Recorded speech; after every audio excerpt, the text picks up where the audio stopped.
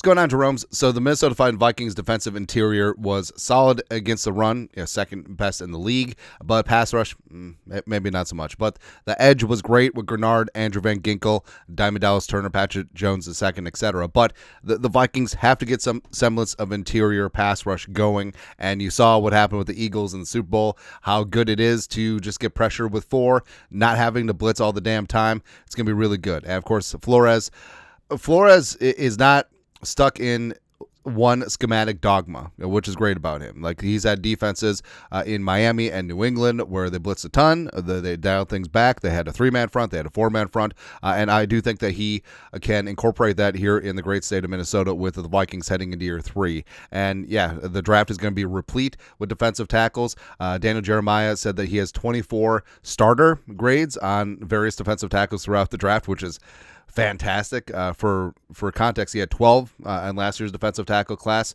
and also free agency. Of course, the Vikings got money to spend, and there's going to be great names out there. Milton Williams, Levi Nwuzurike, B.J. Hill, your mom's favorite player, Javon Hargrave is going to be out there too. Puna Ford, it's going to be good. But up there at the top is Osa Odighizuwa, the pride of Dallas, the pride of UCLA, the guy that I wanted in the draft back in the day.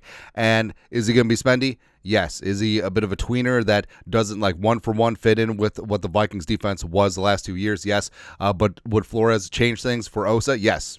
Absolutely, yes. And having a player that can consistently get his own pass rush and consistently wreak havoc, it does make a ton of sense. Let's talk about Osa Odighizuwa today. Background, 26 years young, 6'2", 280. So yes, it is a little bit of a tweener, but it certainly held his own in the league. A former 3-star recruit from Portland, Oregon. Took his talents to UCLA, was a multi-year starter for the Bruins, first team All Pac-12 his final year in Westwood, and a third-round pick by the Cowboys in 2021. RAS-wise, undersized but explosive and agile, and testing-wise, that definitely tracked. That definitely panned out like that. But has been a also. Hey, I forget. Was there another undersized but explosive, hardworking defensive tackle in recent NFL history? I don't know. I don't know, man. But Osa's been a consistent force along the Dallas defensive line, playing a mix of 3-tech and 4-tech in the Dan Quinn and Mike Zimmer defenses. 2024 was the breakout. 60 pressures as well as 4.5 sacks, 9.5 tackles for loss. Second most efficient pass rusher on the Cowboys after Micah Parsons. Now, I know what you're saying. You're spending all this money for a defensive tackle who had 4.5 sacks. Yes. But it really isn't about sacks. It's more about pressures and creating opportunities along the defensive line. And Osa's free agent profile over at Pro Football Focus, he's the number 1 defensive interior, number 30 free agent overall. Projected contract 4 years, $21.25 million per season. Now, that's a lot of cash. It absolutely is. But it's something that the Vikings have been missing, something that they need, something that... Yes, you can grab it in the draft as well, but the Vikings are short on draft picks. They're long on cap space, and Osa, I think, would make a lot of sense in this locker room. This is what they wrote. Odighizuwa is another interior pass rusher with a very strong underlying metrics that haven't quite translated to major sack production through nearly 4 seasons. While the Dallas Cowboys season fell off the rails as injuries piled up, Odighizuwa stayed the course and played some of the best ball of his career over the second half of the campaign. The 2021 third-round pick is quietly one of the more underrated defenders in the NFL. And here's what he would bring. Prodigious pass rush and 104 pressures over the last 2 years at 11.6% pressure rate, which is extremely good for a defensive interior. Plus, he does create opportunities for others. There's several times, if you watch the tape, where 9-7 is getting a quick pressure, pressing the A or B gap very quickly, and then all of a sudden Micah Parsons cleaned things up. DeMarcus Lawrence in previous years cleans things up. Overshown when he was healthy cleans things up. So that's what the black and white stats from the box score don't show. Like, I feel like getting a quick interior pressure and forcing a negative play by the offense, and maybe it's a sack by someone else, that should count just as much as if an interior defender gets his own sack, right? It's basically an assist. Ooh, sack assists. That's going to be the new stat, man. Also, positional versatility. He had to do that at UCLA. He's done that with the Cowboys as well. He played about 30% of his snaps at 4-tech, 5-tech, the bulk of it at a 3-tech over that B gap. High energy, tenacity, just getting after things, lightning out of the blocks, great hands as well.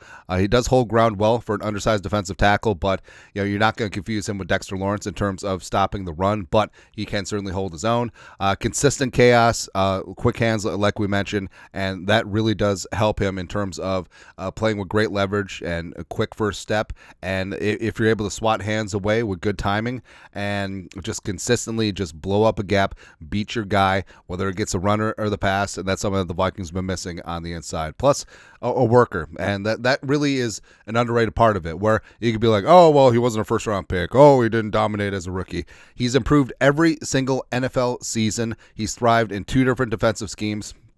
And also, he's a guy that I think projects to do even better on a second contract. So I think that some of his best football is ahead of him, and I think that the Vikings have a chance to get a really special player in this spot and just completely change the game in terms of interior pass rush. Because just think of what the Vikings can do. You got Osa, you got Grenard, you got AVG, you got Turner, you got so many damn things. And guess what? That could be the sub package on passing downs, the NASCAR package, where you got Turner and Odighizuwa on the inside, or AVG and Odighizuwa on the inside. Then you got 2 edge rushers pressing things. I kind of like it. I really do kind of like it, man. But yes, the Vikings, not a ton of draft picks, even though it's going to be a great defensive tackle class. I think that they certainly can land a nose tackle in this class. But in terms of instant pressure, the Vikings, they have the cash, they have the motivation, they should go out and get it. And Osa, say they don't get Milton Williams, I mean, Osa certainly could be that guy that comes in and just completely changes the game for the Vikings along the defensive interior. But your thoughts are thoughts. Vikings need to sign Cowboys free agent defensive tackle Osa Odighizuwa. Let us know your thoughts. Our thoughts, comment section. You guys are the best. You know what to do. Skull production value.